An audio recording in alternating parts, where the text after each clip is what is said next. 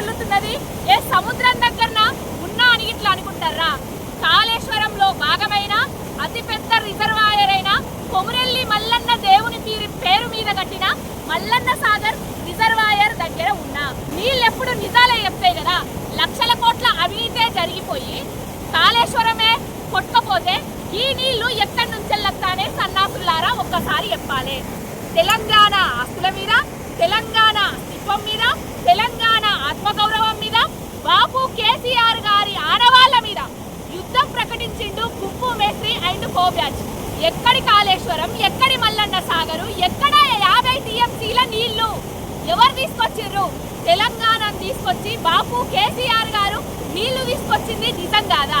నీళ్లు తీసుకొచ్చిన మనిషి మీద నిందలేసుకుంటా అవినీతి జరిగింది, అక్రమాలు జరిగినాయి, కోశి కమిషన్ పెడతా, నా కోశిగాన్ని పిలుస్తా, నా సిబిఐని పిలుస్తా, నా ఈడీని పిలుస్తా, నా బోడీని పిలుస్తా అని ఎవరిని బ్లాక్మెయిల్ చేస్తారా? తెలంగాణ ప్రజలు ఊరుకుంటారనుకుంటారా? తెలంగాణ అస్తిత్వం మీద, ఆత్మగౌరవానికి ప్రతీక అయిన బాబు కేసీఆర్ గారు మీద చిల్లర మల్లర వ్యాఖ్యలు చేస్తుంటే ఊరుకునే ప్రసక్తే లేదు బిడ్డల్లారా. తెలంగాణ ప్రజలారా ఊరుకుందామా? ఈ నీళ్లను వదులుకుందామా? మళ్ళీ ఆనాటి రోజులను తీసుకొచ్చుకుందామా?